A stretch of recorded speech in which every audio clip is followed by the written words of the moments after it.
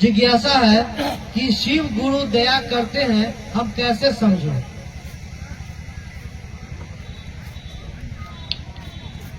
गुरु दया करते हैं कैसे समझे? आग हाथ छूने से हाथ जलता है, हम कैसे समझे?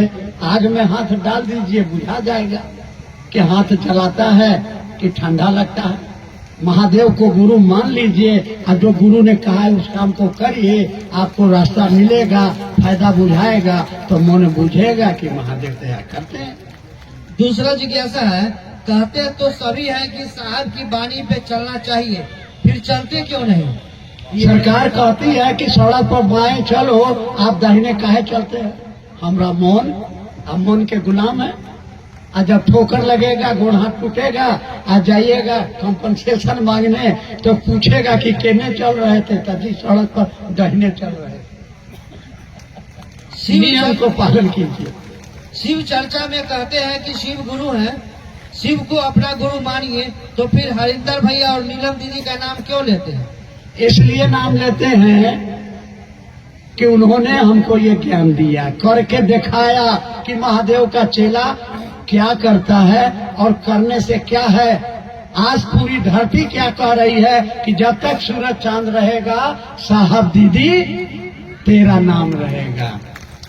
आपको कोई कहता है? आपके बाप को कोई कहता है? आपके दादा को कोई कहता है? क्यों नहीं कहता है?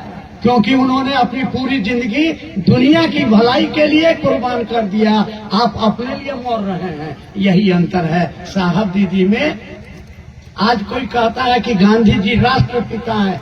आज हम भगत सिंह को क्यों प्रणाम करते हैं? क्योंकि उन्होंने भारत देश की आजादी के लिए अब फांसी का फंदा पर चढ़ गया, इसलिए उनको याद करते हैं।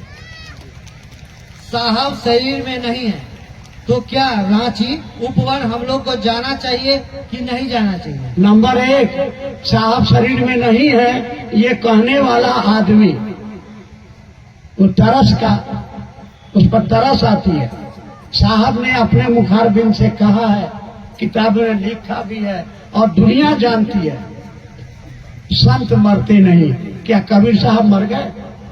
क्या भगवान राम मर गए? आज भी उनके नाम पर आदमी भीख मांगता है और उसको भीख मिलता है, तो राम जी मर गए? नंबर 1। नंबर 2, हमारा बाप मर गया, हमारा ससुर मर गया, तो हम ससुराल नहीं जाएंगे? हमारे साहब श्री हरिनारायण जी ने संकल्प लिया कि दुनिया के एक एक आदमी को शिव का शिष्य बनाएंगे ताकि उसका जीवन शिवमय हो, मंगलमय हो। और इस काम को वहाँ मुख्यालय से बैठ के किया जा रहा है, तो उस काम को करने में हम सहयोग नहीं देंगे, उनके संकल्प को पूरा नहीं करेंगे। उन्होंने जो पौधा लगाया है, क्या उस पौधे में पानी नहीं डालेंगे, खाद नहीं डालेंगे? क्योंकि वो मेरे बाप की बनाई हुई संपत्ति है। उस संपत्ति की रक्षा करना, उसको आगे बढ़ाना एक पुत्र का, एक शिष्य का अधिकार भी है और कर्तव्य भी है। शिष्यानुभूति में साहब लिखते हैं कि शिव भाव के शिखर की तलहटी में सारी संकीर्णताएं तिरोहित हो जाती है। ये कैसे है? जैसे यहाँ लोग बैठे हुए हैं, किसी को मालूम है कि बगल में बैठा आदमी अंडा भात खा के आया है, पूछिए बगल में बैठल के है, कहेगा मेरी गुरु महान है। यानी आपके मन में जो संकीर्णता थी पहले, अभी हम लोग हाल में एक जगह गए थे कि वहां पर अगर आप मछली खाने बैठ गए तो वो गुरु बहना और गुरु भाई भाग जाता था, छत पर भाग जाता था। घृणा उसके मन में थी कि इसका सुगंध, दुर्गंध भी मेरे नाक में चला गया तो हमारा खंडित हो जाएगा। और उस महिला ने, उस गुरु बहना ने हम लोगों को अपने घर पर बुला के और परोस के मछली बना के खिलाया। ये है सारी संकीर्णताएं तिरोहित हो गई। आपके मन में ख्याल था ना कि छोट जात के है, ये मछली माछ खाई है, ये बदमाश है, ये बड़ जात के है।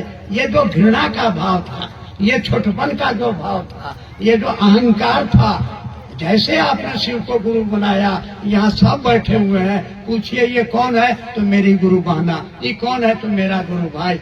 किसी को पता नहीं है कि ये शाकाहारी है कि मांसाहारी है, छोट जात के है कि बड़ जात। यही संकीर्णताएं तिरोहित मन में ख्यालो नहीं है। और गुरु बहन संग जो फल नहीं खाती थी, हाँ, ये उल्टी नहीं हुआ। एगो गुरु बहन को फल खाने से उल्टी हो जाता था, कल उसको खिलाया गया, उल्टी नहीं हुई, संकीर्णता भाग गई। अरे दिया जलाइएगा, घर में अंधार है, इसका माने कि दिया नहीं जला है, दिया जलेगा तो रोशनी हो जाएगी।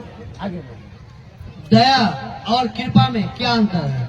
कृपा में है करोगे तो पाओगे, करोगे तो पाओगे। दया का माने है कि हमने कुछ नहीं किया है फिर भी हमको चाहिए। एक रिक्शा वाला यहाँ के कलेक्टर साहब के यहाँ चिट्ठी लिखेगा कि हमको 4 दिन का छुट्टी चाहिए, उसको कुछ छुट्टी देगा? कहेगा कि तुम हमारे यहाँ काम किया है तो तुमको छुट्टी दे, करोगे तो मिलेगा। मोक्ष मूलम गुरु कृपा, गुरु ने जो कहा है उस काम को करोगे तो गुरु की कृपा होगी। दया का माने हम नहीं किए हैं फिर भी हमको चाहिए। जैसे आपने हत्या कर दी है, सुप्रीम कोर्ट तक आपको हो गया कि फांसी की सजा, लेकिन उसके ऊपर भी है, इस नियम के, इस कानून के ऊपर है, राष्ट्रपति को अधिकार है, वो इस नियम को भी तोड़ सकता है। एकदम ठीक है कि आप हत्या किए हैं, सब प्रमाण है, राष्ट्रपति माफ कर देगा। ये है दया। तो गुरु की दया आपके कर्मफलों को तोड़कर आपको जीव से शिव बना देती है। गुरु की दया में यह पावर है कि आपने गलत किया है, आपको माफ कर देगा। ये दया गुरु आदेशित अनुसार करने भर से गुरु की दया मिलती है। और गुरु का आदेश क्या है? गुरु का आदेश क्या है? ईमानदारी से दूसरों को कहो कि महादेव मेरे गुरु है, आपके भी गुरु हो सकते हैं, आपका भी भला हो जाए, भला हो जाए। इसी में भला हो जाता है कब? जब आप कहते हैं कि 5,000 रुपया देवा तो तोरा यहाँ चर्चा करूंगा, तब भला होने लगेगा, मिल जाएगा, बाद में भला होगा। यही है दया। शिव की शिष्यता में भक्ता और श्रोता में क्या अंतर है? शिव चर्चा करने वाले लोगों पर ही महादेव की दया होती है या शिव चर्चा सुनने वाले लोगों पर भी महादेव और साहेब दीदी की दया होती है?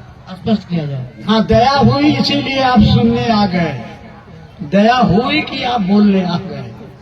बिना दया के यहाँ कुछ नहीं हो। शिव चर्चा में पत्नी को गुरु बहना और पति को गुरु भाई क्यों कहते हैं? हम कैसे कहें?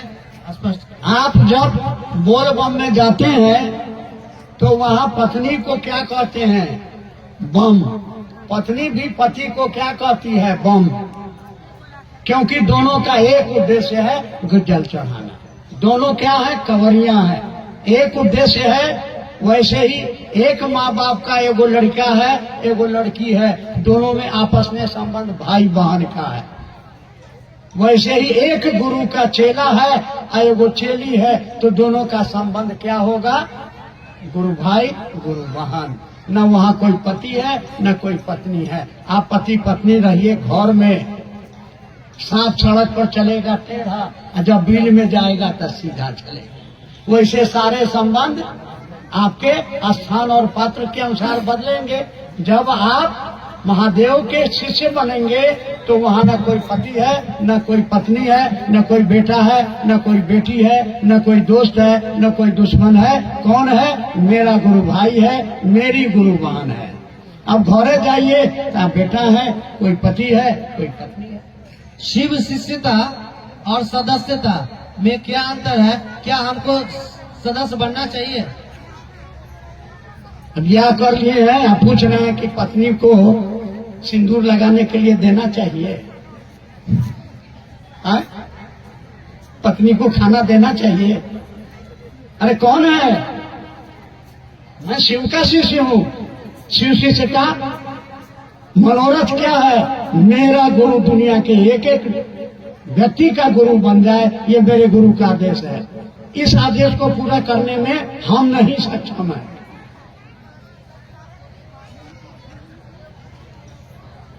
हम सब जगह नहीं जा सकते हैं, लेकिन जरा सोचिए तो, आपके ससुराल से लौटा आया है कि आपके साले की शादी है और आपको ऐसा ऐसा परिस्थिति आ गया है कि आप जा नहीं सकते हैं, तो क्या करते हैं, खोजते हैं कि कोई हमारा ससुराल जा रहा है तो उसको देते हैं कि 5,000 रुपया ले ले जा, हम लोग ना है रजिस्टर में लिखवा दिया हो न्योता, ताकि मेरी भी सहयोगिता, यानी आपका इंटेंशन, आपकी चाहत क्या है मदद करने की, वैसे ही मेरे महादेव के नाम दुनिया के एक एक आदमी के दिलों में शिव चिंता उतरे।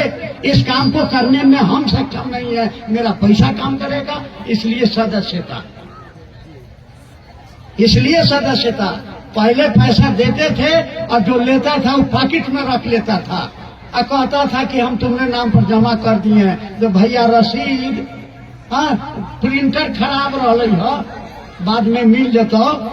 इससे बचने के लिए कि आपका पैसा सही जगह पर जाए, व्यवस्था बनाई गई है। ये बैठे हुए हमारे गजेंद्र भाई आपके मधुबनी में, आप इनके यहाँ पैसा दीजिए, अपना आधार कार्ड दीजिए, आपको हाथों हाथ रसीद दे देंगे। जो इस बात आइए इनको बुला लीजिए, आपका पैसा सही जगह चला जाएगा।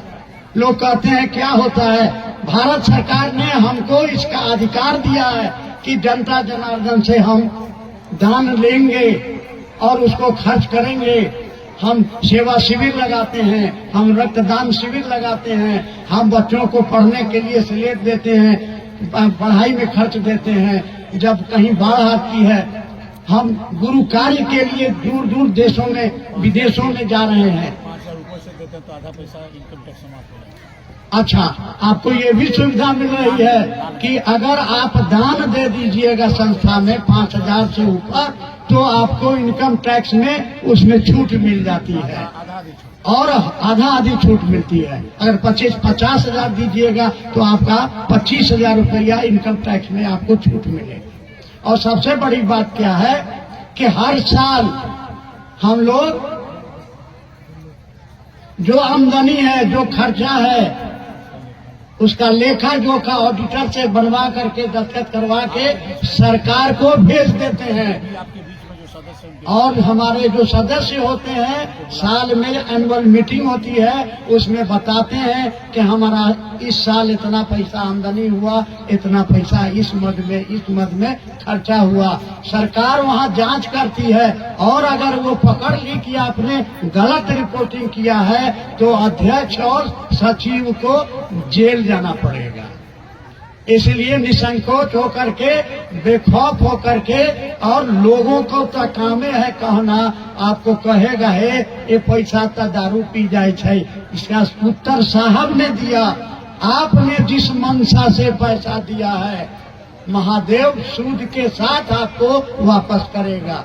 उस पैसे का कोई दुरुपयोग करेगा, दारू पिएगा, मौज मस्ती में खर्चा करेगा, उसकी सजा उसको मिलेगी।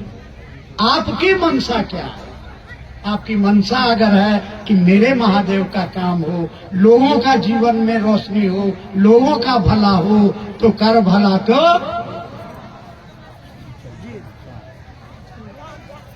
इसलिए संकल्प लीजिए, दुनिया के एक एक आदमी के दिलों में शिव की शिष्टता का दिया जले।